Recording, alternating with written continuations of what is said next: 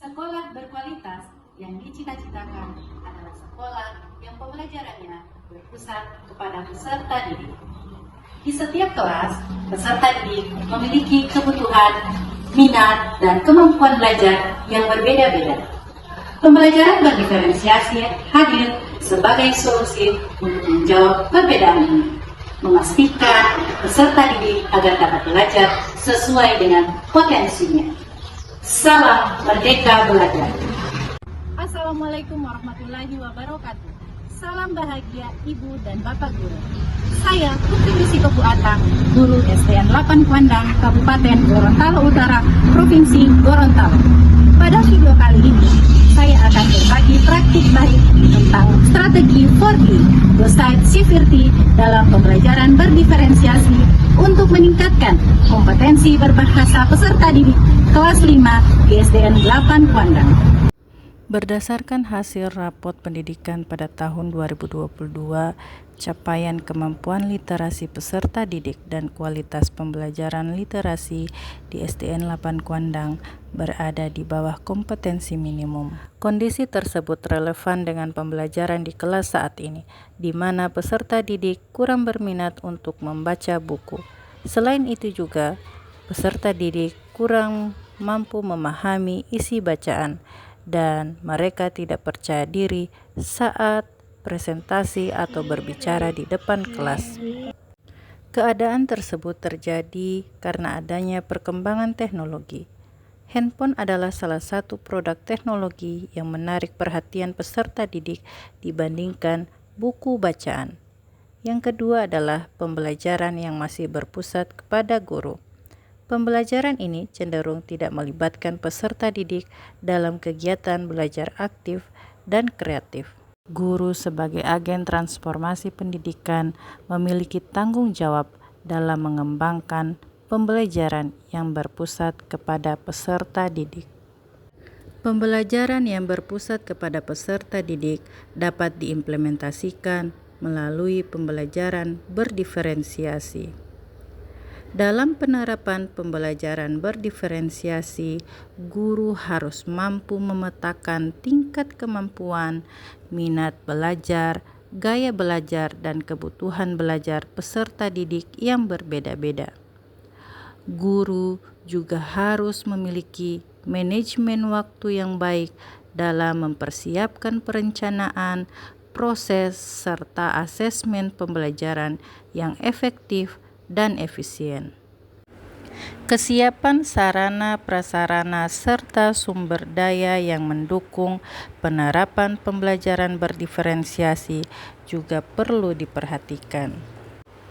Menghadapi tantangan yang telah saya sampaikan sebelumnya, saya berkolaborasi dengan teman sejawat melakukan tes awal dan tes gaya belajar untuk memetakan kemampuan peserta didik pada pelajaran bahasa Indonesia.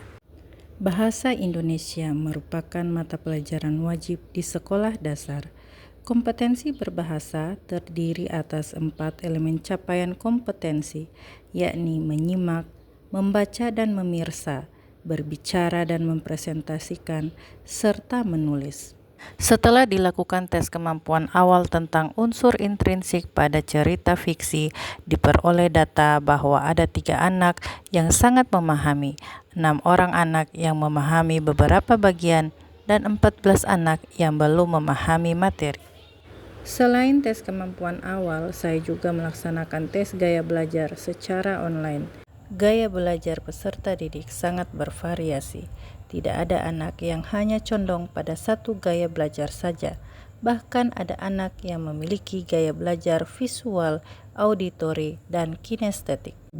Adanya perbedaan kemampuan dan gaya belajar siswa, saya memanfaatkan akun Belajar ID untuk mengembangkan strategi 4B Goside Civility. Strategi 4B merupakan singkatan dari belajar, berkolaborasi, berkarya, dan berbagi.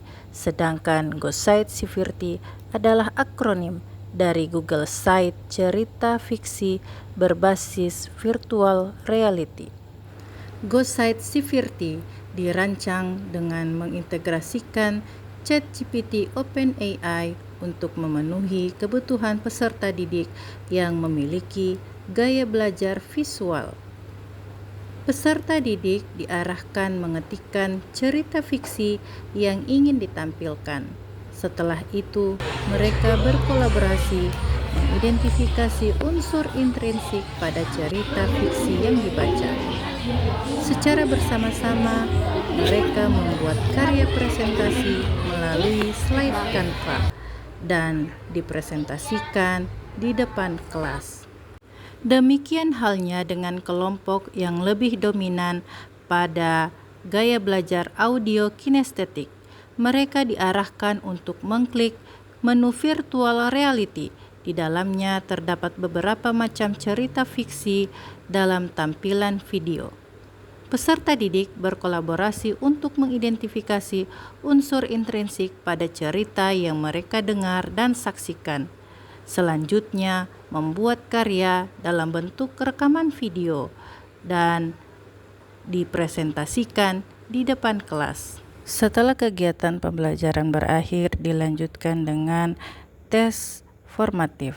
Dilihat dari hasil tes formatif menunjukkan bahwa sudah sebagian besar peserta didik memahami materi unsur intrinsik pada cerita fiksi. Dari hasil proses pembelajaran juga terlihat peserta didik sudah memiliki motivasi untuk menyimak dengan seksama, membaca dan memirsa bacaan dengan sangat baik. Peserta didik juga dapat menulis dan berani berbicara untuk mempresentasikan hasil kerja kelompoknya di depan kelas. Strategi rancangan ini dapat dikatakan berhasil karena dapat memenuhi kebutuhan belajar peserta didik, sehingga mereka merasa senang saat pembelajaran. Hal ini terlihat melalui kegiatan refleksi yang ditulis melalui aplikasi Padlet yang ada pada GoSite Sivirti. Praktik baik ini sudah didiseminasikan kepada teman sejawat melalui kegiatan komunitas belajar. Semoga praktik baik ini menjadi inspirasi dan bermanfaat bagi Ibu dan Bapak Guru.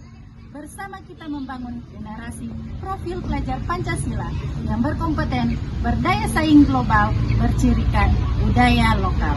Wassalamualaikum warahmatullahi wabarakatuh. Assalamualaikum warahmatullahi wabarakatuh. Saya Rahmat Pateda selaku Kepala SD 8 Kuandang mendukung penerapan pembelajaran berdiferensiasi yang dikembangkan oleh Ibu Putri Misiko Buata. Semoga bermanfaat dan menciptakan profil pelajar Pancasila serta sukses dalam ajang Jambore GTK Inovatif tahun 2024. Terima kasih. Wassalamualaikum warahmatullahi wabarakatuh. Assalamualaikum warahmatullahi wabarakatuh. Saya Suwarno SPD, Pengawas Bina SDN 8 Kuandang, mendukung pembelajaran berdiferensiasi yang dilaksanakan oleh Ibu Putri Misiko Buata MPD. Semoga sukses dalam ajang Jambore GTK 2024. Kiranya demikian, terima kasih. Assalamualaikum warahmatullahi wabarakatuh.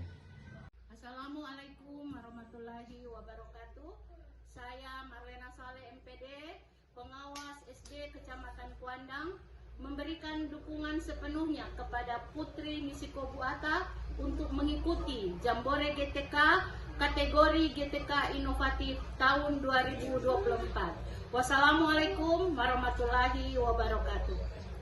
Assalamualaikum warahmatullahi wabarakatuh. Saya Meti Adam SPD, Guru SDN 8 Kuandang, sudah mereplikasi, sudah memodifikasi media pembelajaran berbasis website yang diberikan dari Ibu Putri Misiko Buata melalui praktik baik di Kombel Tas Belajar Ceria.